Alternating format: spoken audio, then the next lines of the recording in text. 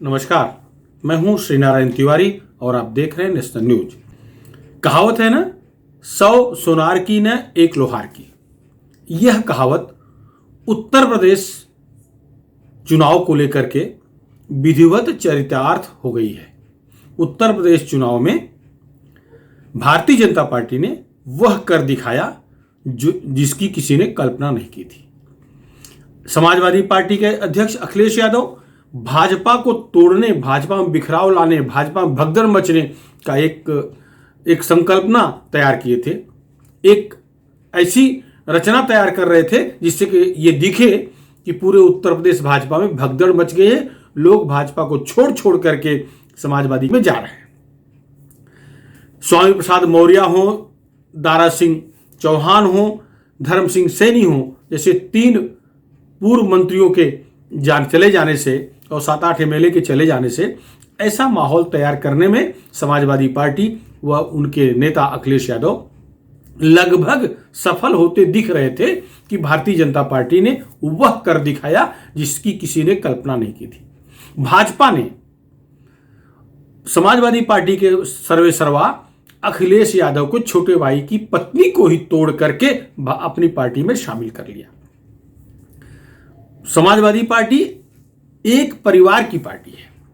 इसके संस्थापक मुलायम सिंह यादव हैं, वो सशरीर हैं अभी, जिन पर कारसेवकों, राम भक्तों की सामूहिक हत्या का आरोप लगा हुआ है। गोलियों की बौछार करा के सरयू नदी को लाल कर दिया, अयोध्या की पवित्र धरती लाल कर दिया रक्त से।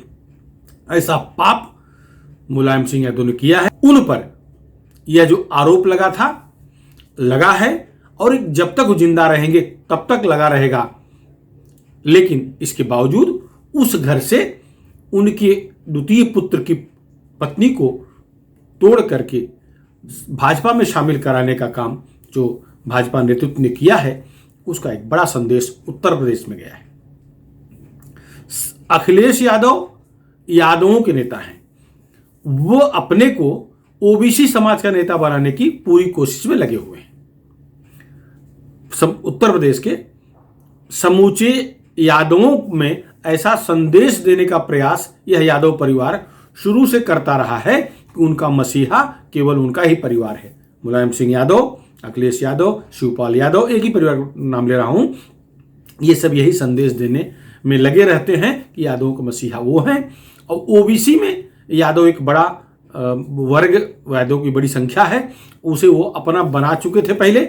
लेकिन जब से भारतीय जनता पार्टी ने हिंदुत्व के मुद्दे को उजागर किया, उसको अपनाया, राष्ट्रभक्त, राम भक्त, कृष्ण भक्त, शिव भक्त यादव वहां से टूट करके भाजपा के साथ आ गए, जिसका परिणाम यह हुआ 2014 से लेकर के 2019 तक जितने चुनाव हुए भाजपा की बल्ले बल्ले हो गई। उत्तर प्रदेश में 90% सीटों पर लगभग भाजपा एनडीए जीतती रही, बढ़त हासिल करती रही। असंभव को संभव कर दिया भगवान राम की कृपा ने। सारे यादवों को अपना बनाने का जो ये आभा मंडल तैयार किए हुए हैं अखिलेश, उनका वह घमंड ऐसे टूटा कि उनकी बहू ही उनकी नहीं रही, उनके परिवार की नहीं रही, उनको छोड़ करके मोदी भक्त हो गई, योगी भक्त हो गई। इससे ये संदेश जो जा रहा है वो ये जा रहा है कि जो अपना घर नहीं देख सकता, जो अपना परिवार नहीं संभाल सकता, वो ये समूचे यादव क्या संभालेगा, वो समूचे ओबीसी क्या कल्याण करेगा, वो समूचे उत्तर प्रदेश के बारे में क्या सोचेगा, परिवार के बारे में सोच ही नहीं सका। और अखिलेश पर तो आपको याद होगा, वह भी पाप एक है जो बाप को जेल में डाल करके, बाप की हत्या करके राजा बनाने वाली मुगलों, मंगोलों और तुर्कियों की शैली रही है, उस शैली पर अखिलेश यादव चले हैं। ऐसी सच्चाई है, सामने दिख रहा है। अखिलेश यादव अपने पिता मुलायम सिंह यादव को किस तरह से समाजवादी पार्टी से बेदखल कर दिया, किस तरह से समाजवादी पार्टी के संस्थापक होने के बावजूद उन्हें शून्य कर दिया और पार्टी हथिया लिया। न्यायालय के द्वारा, कोर्ट के द्वारा घर में फूट डाल करके अपने चचेरे चाचा को अपने पाले में ला करके शिवपाल यादव को भी धतापता दिया, मुलायम सिंह यादव को धतापता दिया, पार्टी से निष्कासित कर दिया, खत्म कर दिया। यह किसकी शैली है? यह मुगल और ये आक्रांताओं की शैली रही है, मुस्लिम शासकों की शैली रही है। वो अपने पिता को जेल में डालना, हत्या कर देना और राजा बन जाना, ये उनका अपना कल्चर रहा है। यह आरोप अखिलेश पर भी लगता है। अखिलेश पर यह आरोप प्रमाणित हो रहा है। शिवपाल यादव को भी देखिए कहीं शून्य कर दिए थे, और 2012 से लेकर के अभी तक इनके परिवार का कोई व्यक्ति ऐसी स्थिति में नहीं है जो इनको टोक सके निष्कंटक राज करने के लिए। जैसे मुगल, मंगोल और तुर्की आदि जो मुस्लिम शासक रहे हैं, जेल में डाले हैं अपने पिता को, तत्कालीन राजाओं को, अपने चाचा को, वही काम इन्होंने किया। तो ये तो आरोप लगा ही है। अब निचली पीढ़ी पर, माने छोटे भाई की पत्नी, इनको भी पार्टी से खत्म कर देना, ऐसी योजना बनाए जिसकी पूर्व कल्पना अपर्णा यादव को हो गया। वो भांप गई कि वो अगर यह रहेगी पार्टी में तो उसका अस्तित्व समाप्त हो जाएगा, इसलिए वो धीरे से भाजपा के तरफ चली गई। इसमें मुलायम सिंह यादव का पूरा आशीर्वाद है। आपको याद होगा अखिलेश ने प्रेस कॉन्फ्रेंस से ये कहा कि नेताजी उन्हें समझाने की पूरी कोशिश की, लेकिन उन्हें नहीं मानी, चली गई। हमारी शुभकामना, हमारा आशीर्वाद है। वही विष्णु भगवान को जो इस तरह से माली ने आपको कहानी बताया हो ना, जब फूल हाथ से छूट गया तो विष्णु भगवान को अर्पित कर दिया, जिसके बदले वो स्वर्ग, 1 घंटे का स्वर्ग मिला। वो कहानी है, तो कई बार इसकी चर्चा मैं कर चुका हूं आपके सामने। तो वही हाथ से चली गई उनकी अनुज वधू, तो कहते हैं कि वो उसको शुभकामना, आशीर्वाद, वो हमारी समाजवादी संस्कृति को ले जा करके भाजपा में बढ़ाएंगी। ये मजबूरी का आशीर्वाद है। इनके आशीर्वाद की उस अपर्णा यादव को आवश्यकता नहीं है। अपर्णा यादव को इन्होंने कभी स्वीकार नहीं किया। अपर्णा यादव 2017 में चुनाव लड़ चुकी हैं लखनऊ कैंट सीट से, और रीता बहुगुणा जो कांग्रेस से भाजपा में आई थी, बड़ी दिग्गज नेता हैं, हेमंती नंदन बहुगुणा के परिवार से हैं, तो वो उनसे पराजित हुई थी। लेकिन उसके बाद भी लखनऊ कैंट सीट से इनका काम, इनकी एनजीओ काम चलता रहा।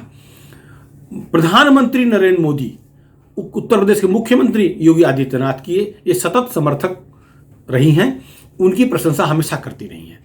मैं बहुत बहुत धन्यवाद देती हूँ यहाँ पे मंचासीन सभी लोगों का कि आपने मुझे भारतीय जनता पार्टी का मेंबर बनने का एक सुअवसर दिया। मैं, जैसा कि सभी जानते ही हैं, मैं हमेशा से प्रभावित रहती थी आदरणीय प्रधानमंत्री जी से, और मेरे चिंतन में हमेशा राष्ट्र सबसे पहले है।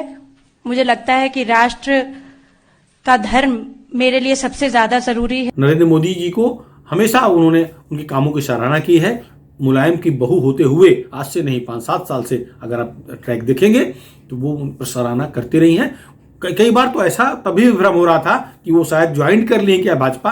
उनके ट्वीट, उनका गोरक्षा समिति काम कर, उनका एनजीओ गोरक्षा के लिए काम करना, उनके गौशाला में योगी आदित्यनाथ का आना, ये सब 5-7 साल से चल रहा है। 5 साल से चल रहा है। कई बार तो लगता था, जैसे कि आज केशव प्रसाद मौर्य बोल ही दिए कि उनके कामों से हमको भी लगता था वो गलत जगह हैं, तो वो गलत जगह थी, सही जगह आ गई हैं। यह भाजपा के लोगों का कहना है, उनका दावा है। अब अकेले अपर्णा यादव आई हैं, तो यह मत समझा जाए कि वो अकेले आई हैं। हाथी के दांत है, अभी जो दिख रहा है हाथी के दांत है। शिवपाल यादव वहां संतुष्ट नहीं है। मुलायम सिंह यादव को भाजपा ले क्या करेगी, ढोना है। उनको तो आरोप है कि अखिलेश यादव ने पंगु कर दिया है, दवाइयां खिला करके या जो भी करके, जो आरोप लगता है। जैसे कि कांशी राम जी के बारे में लग रहा था आरोप कि अंतिम समय में परिवार नहीं जाने पाए थे। जैसे कि जॉर्ज फर्नांडिस के बारे में ऐसे आरोप लगे थे उस समय, तो वैसे ही आरोप लग रहे हैं। आरोप तो लगते हैं, विपक्षी लगाते रहते हैं, सच्चाई कितनी नहीं मालूम। लेकिन मुलायम सिंह यादव को भाजपा अपने में शामिल कराएगी, लेकिन नुकसान करा देगी, इसलिए लेने की कोई बात ही नहीं है। लेकिन शिवपाल यादव भाजपा के करीब शुरू से रहे हैं। जब से वो अखिलेश ने उनका अपमान किया है, वो भाजपा से काफी करीब उनके विचार मिलते रहे हैं। और अखिलेश को दबाने के लिए, अखिलेश को गर्त में डालने के लिए, अखिलेश की पार्टी को खत्म करने के लिए भाजपा और भी कुछ कर सकती है। उस परिवार में एक और बगावत, एक और विद्रोह हो सकता है, वो शिवपाल के रूप में। शिवपाल यादव पहले व्यक्ति हैं जब मुलायम सिंह यादव ने साधना गुप्ता को पत्नी के रूप में स्वीकार करने की घोषणा की, तो सबसे पहले स्वीकार करने वाले, सबसे पहले उसको सहमति देने वाले, खुल के सामने आने वाले शिवपाल यादव थे। शिवपाल ऐसे व्यक्ति हैं जिन्हें लक्ष्मण कहा जा सकता है। खैर, मुलायम को राम कहना तो घोर पाप होगा, महापाप होगा। मुलायम में तो राक्षसों की वृत्ति रही है, बधिक रहे हैं, श्री राम भक्तों के हत्यारे हैं, तो उनको बोलना उचित नहीं है।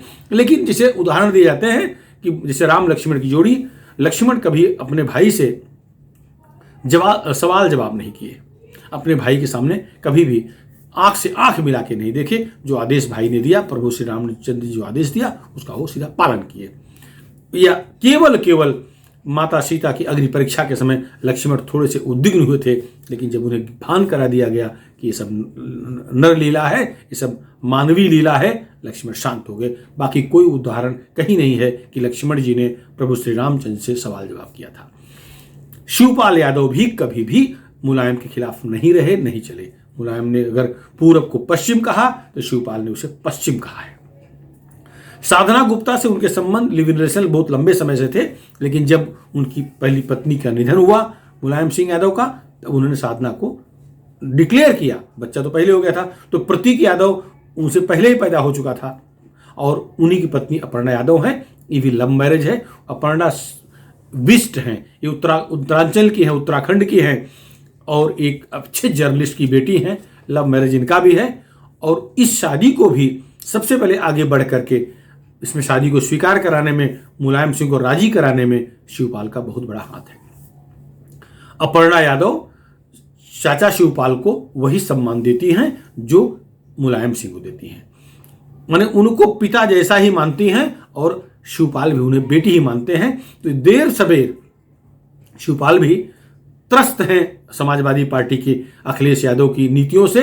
भाजपा में आ सकते हैं, इसमें कोई दो राय नहीं है। चुनाव के बाद आ सकते हैं, चुनाव के दौरान वो कुछ कठोर फैसला ले सकते हैं, क्योंकि अखिलेश की मनमानी जिस तरह चल रही है किसी को पसंद नहीं है।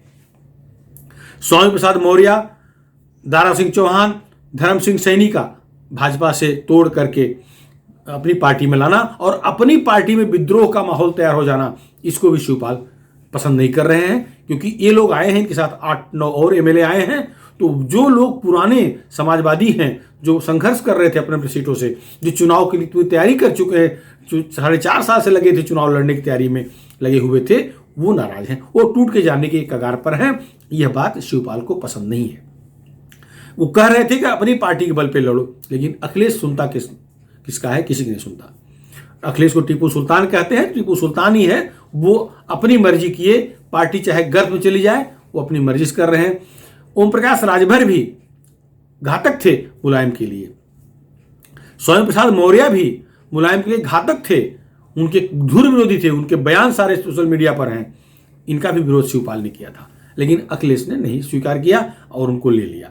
तो आज स्थिति यह है कि 100 सुनार का जो अखिलेश यादव ने भाजपा पर वार किया, भाजपा ने एक ही वार किया, 100 पर भारी पड़ा, परिवार तोड़ दिया उनका। अगला वार कब होगा? चुनाव के बाद होगा कि चुनाव से पहले होगा, इस पर अभी आज कहना कुछ मुश्किल है, लेकिन होगा।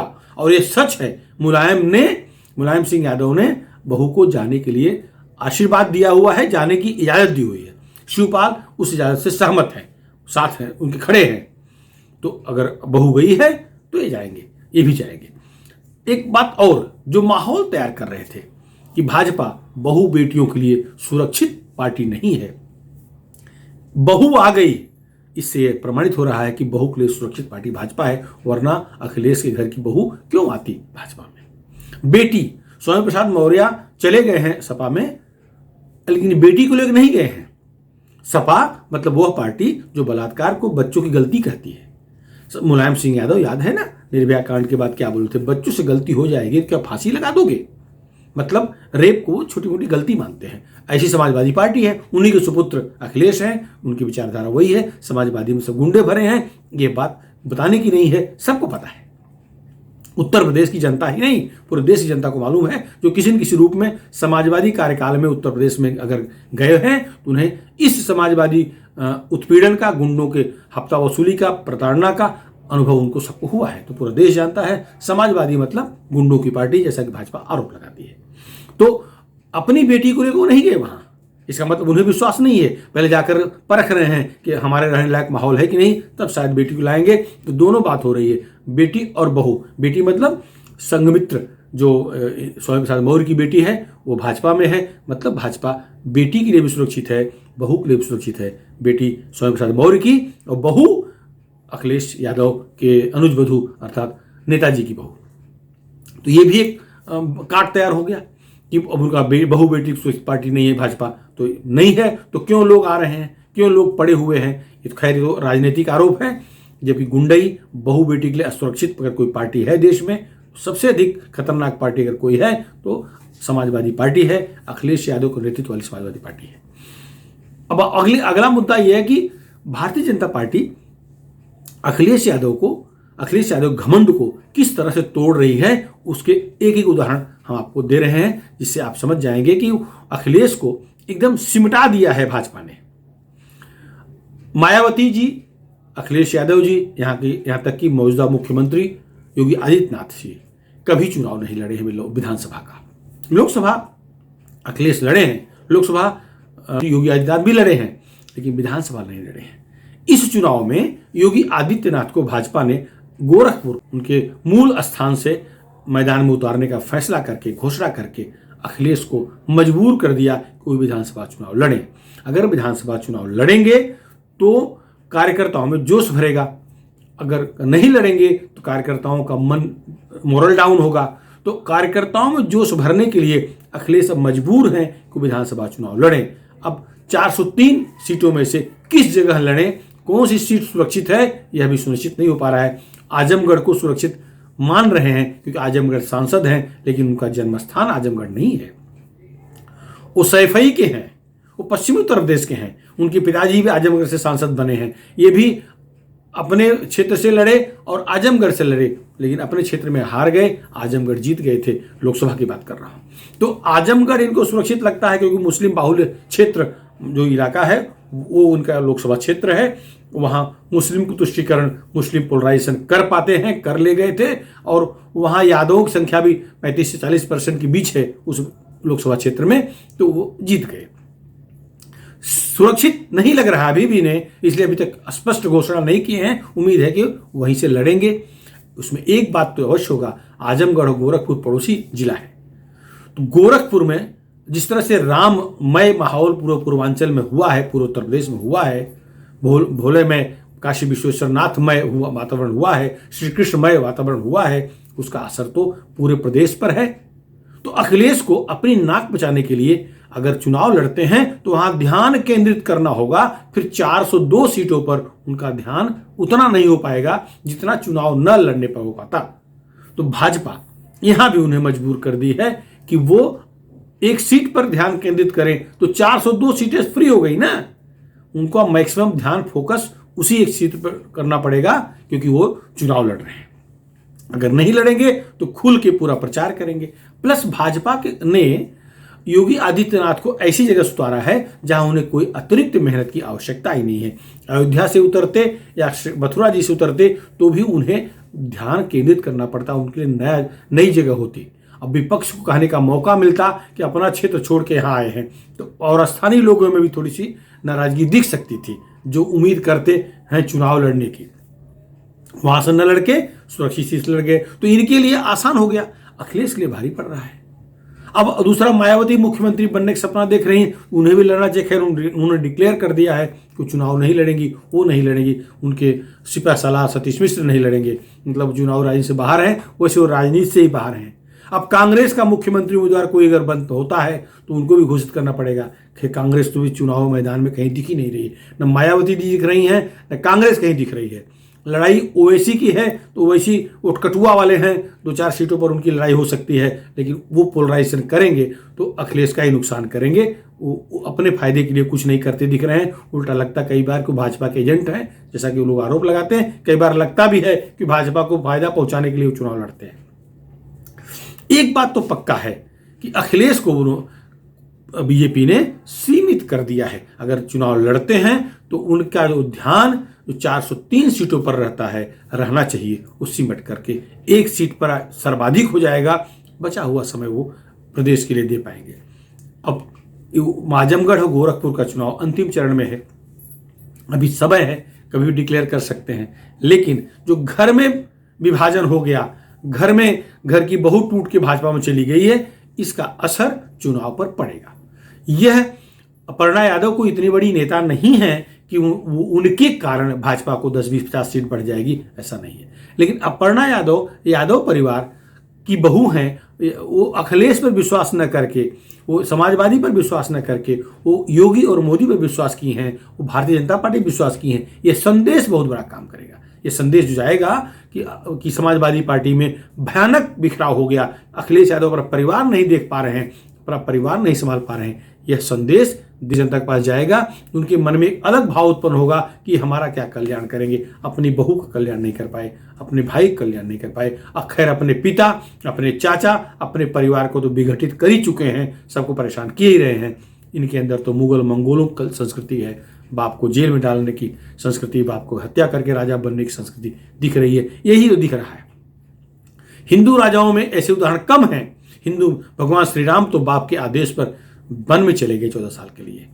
बड़े भाई का सम्मान करते हुए भरत बिना मन का खड़ाऊ राज चलाए, लेकिन राजा नहीं बने। ये संस्कृति हिंदुओं की है। हाँ, कंस जो राक्षस था वह जरूर अपने अग्रजों को जेल में डाला था, बंदीगृह में डाल दिया था।